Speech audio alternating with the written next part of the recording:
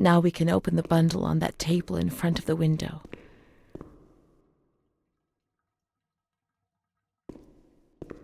May the Lord guide your path and keep you from sin. Mom.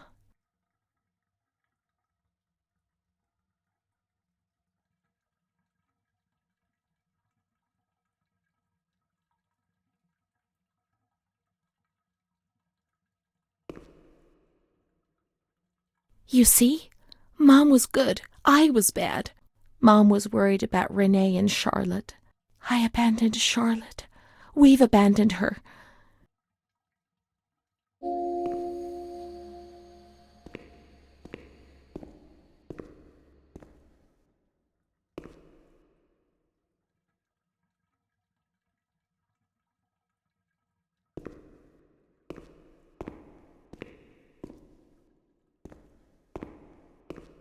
Let's look for Charlotte. We have abandoned her. Will she still be where we abandoned her, under the warm lights?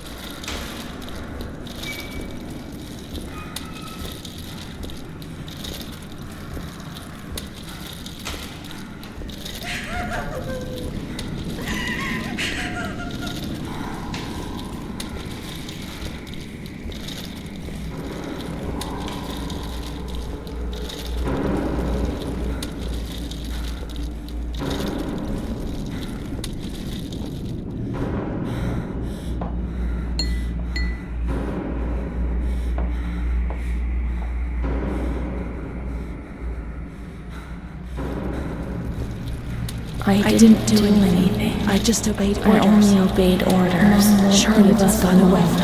Mom will come and get us. She loves us, even though we're bad. Orders. Leave us alone. I didn't do anything. I only obeyed orders. Mom will come and get us now. I didn't do anything. I only obeyed orders. Even though we're bad. Mom won't leave us alone. I didn't do anything. Charlotte gone away. I only obeyed orders. Mom will come and get us now. She loves us, even though we're bad. I didn't do anything. I only obeyed orders.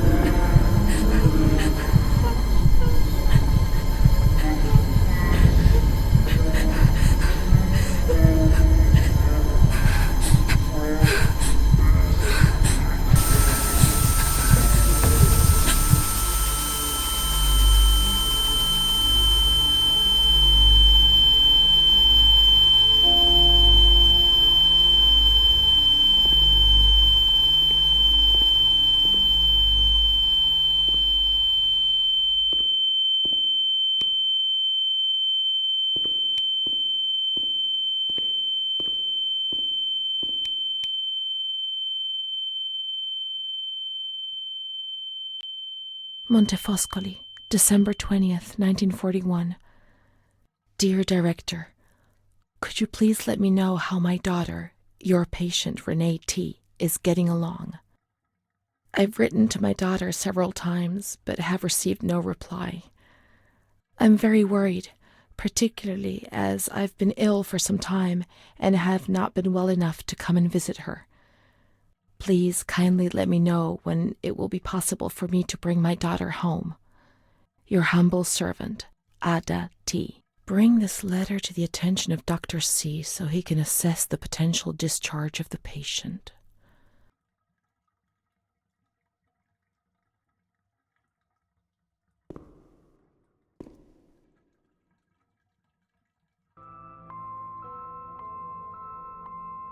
September 7th, 1938. The patient frequently indulges in recriminations expressed in an explosive tone of voice. This morning she threw away the milk, saying it was full of urine, spittle, and all kinds of other filth. Crazed, she hears voices that order her to do things. She says she heard children singing and that they were locked up in a school. January 20th, 1939. Introverted, dazed, cannot focus on anything. When questioned and stimulated, she starts crying and weeping. At other times, she laughs. June 1st. Apathetic. Eats very little. She refuses to be touched. Does not respond. Spends her time in the grounds. The cooks report that she sits on a bench in front of the kitchens. October 14th. Return of impulsive behavior.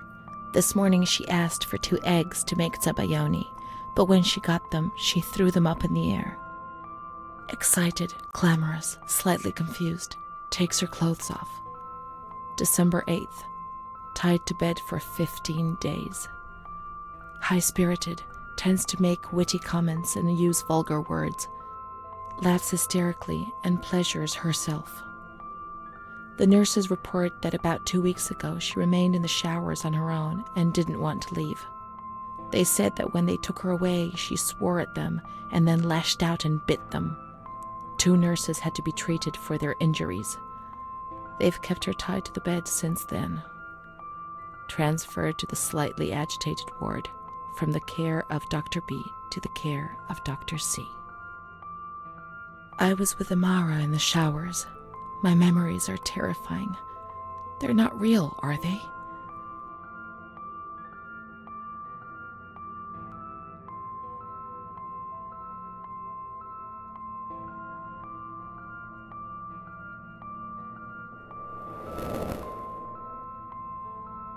December 15th. Dr. C. Patient notes. The abnormality of her psychic state has induced her to lead a life which is irregular and tends towards delinquency. Of fickle and flighty character, she regularly discards her household duties and engages in occasional prostitution. Prostitution? No one would have ever believed a lunatic, let alone a lunatic who lives in the worst sort of sin. Could such a person ever have been subject to sexual violence?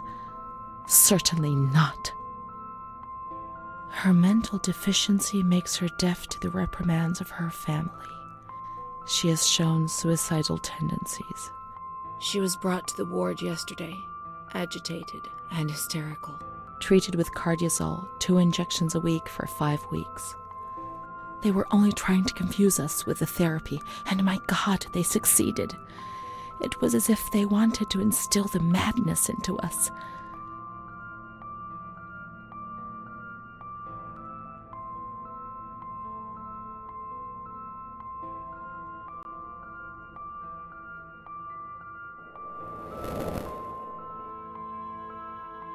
The therapies removed the light for a while, but also all her will, desire, and hope.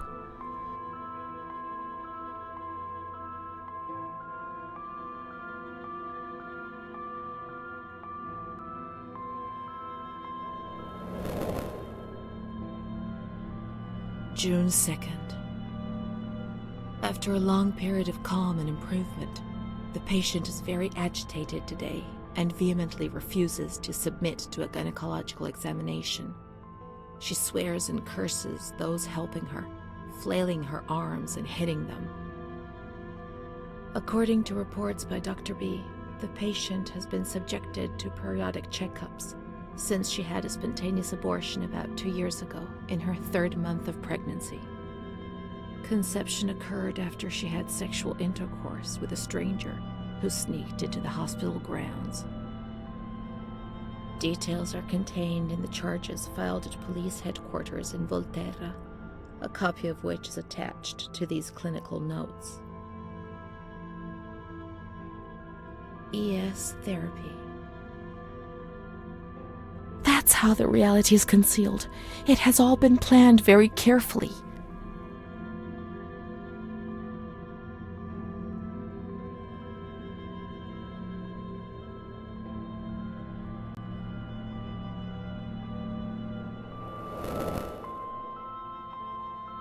June 13th. The nurses report that she descended into a state of great mental confusion after receiving her mother's letter.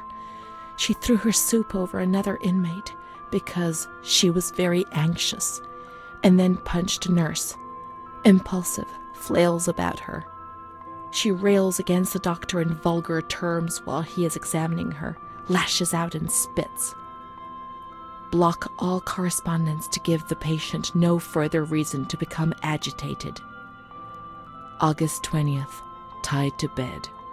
The nurses report that the patient is extremely agitated after the visit of a relative or family friend. 2 days later, she is still shouting all the time that he commands her, that she must obey and harm herself, and that she is not Charlotte. All visits forbidden, constrained to bed, and intensification of ES therapy until we achieve results. No contact with the outside. That way nobody knew what was happening within these walls.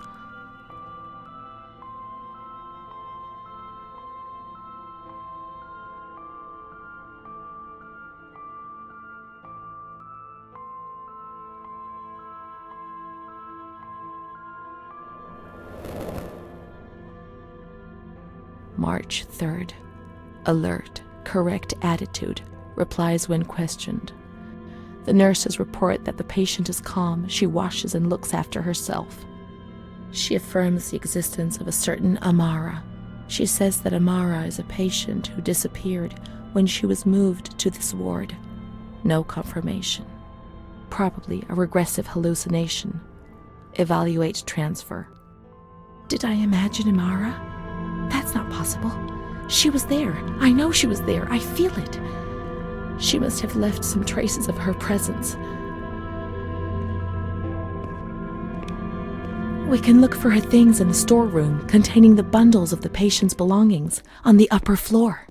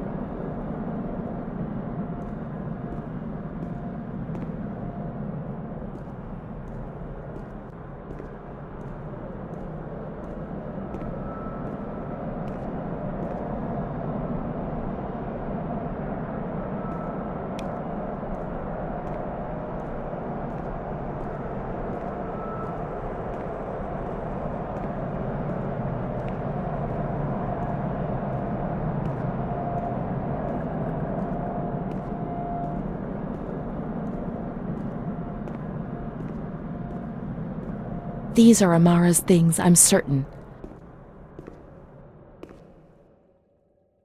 Here we are together. How could I have imagined for a single moment that she never existed?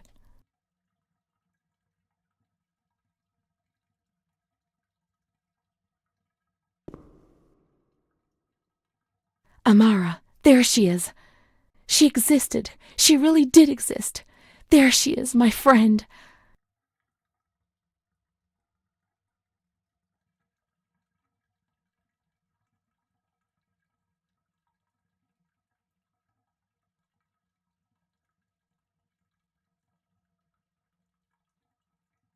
March 12th, 1938. The young girl Renee arrived today. Poor thing, she was terrorized. You see, she remembers the first time we met. I talked to her mother, the dear lady, and she expressed her fears to me, and I promised I'd keep an eye on her daughter. The lady told me her daughter's doll had been taken away, and this worried her, because when she becomes depressed, as she is now, Renee barricades herself in her room and can't communicate. The doll becomes her voice, eyes, and ears.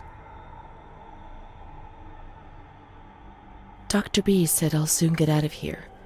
I'm sorry. I'm so sad to leave Renee. I won't be able to protect her anymore. My poor friend. She was hoping to be able to get out of here, but nobody ever leaves this place. That poor girl is really ill. I am the only one she ever speaks to. I told her I was leaving, and she stared at me, saying that I would never leave. It was quite unnerving, and then she started to cry. I felt like crying too. She didn't say anything else. What worries me is that I'm sure that terrible man is watching her. He was the one who brought her here, and of all the good people, why did it have to be him? She knew. I told her everything. She knew about that man. But I instructed a nurse friend of mine to keep an eye on her, and I'm sure she will, because she's a good woman. Her friend the nurse. I vaguely remember. She worked on this ward. Let's look for signs of the nurse in the nurse's room on the upper floor.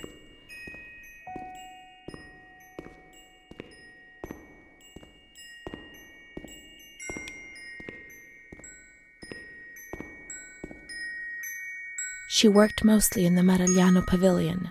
Let's get out of here and find that pavilion. Renee was alone here. Charlotte had abandoned her.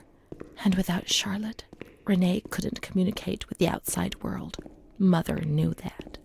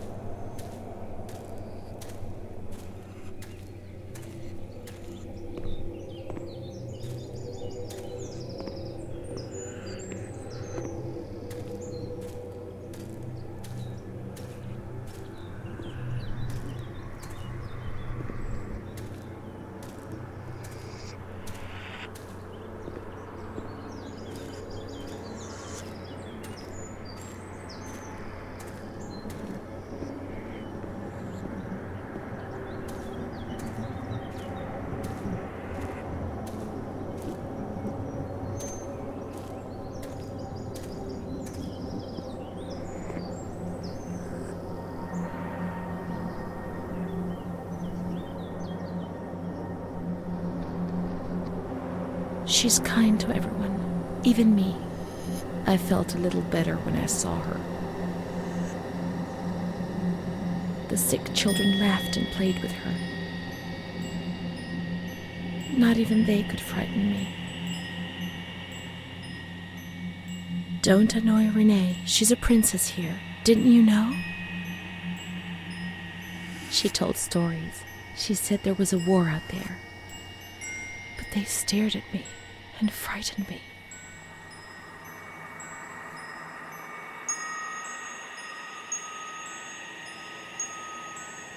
They would come to look for me in the evening, and then no one would have protected me. Not even you, Charlotte. Am I right?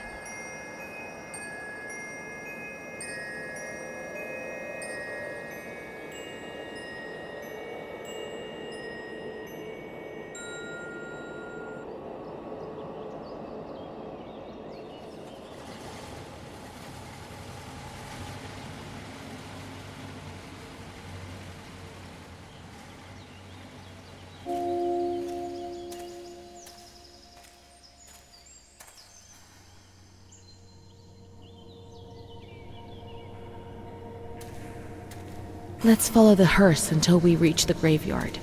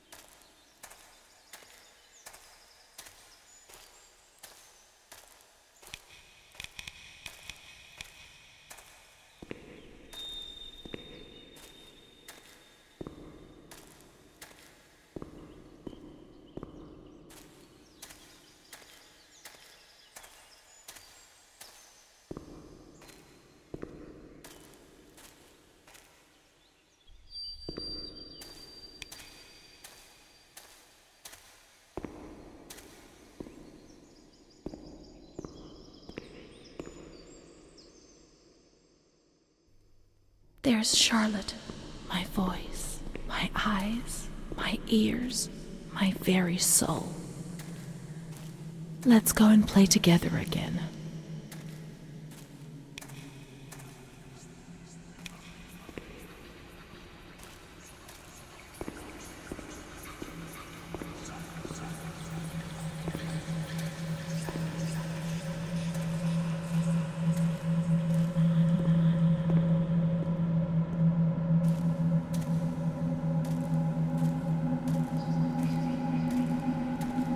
My voice, to say what?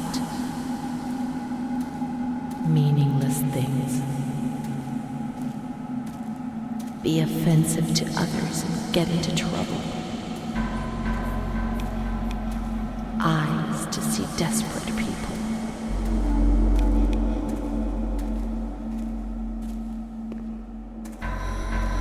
In the mirror, the shadow of my former self.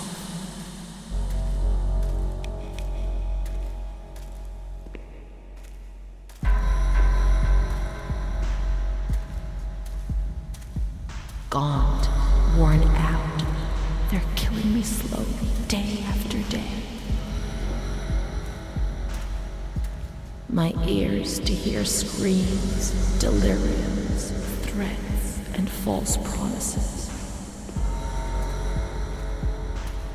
It'll be all right. Everything will pass. My soul, incapable of living, of fitting into a world which it finds alien.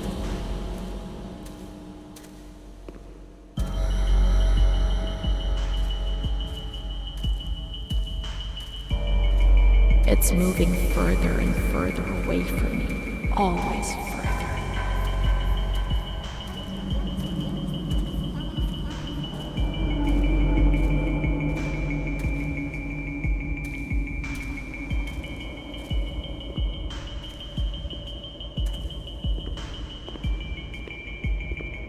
Let's go and play together again.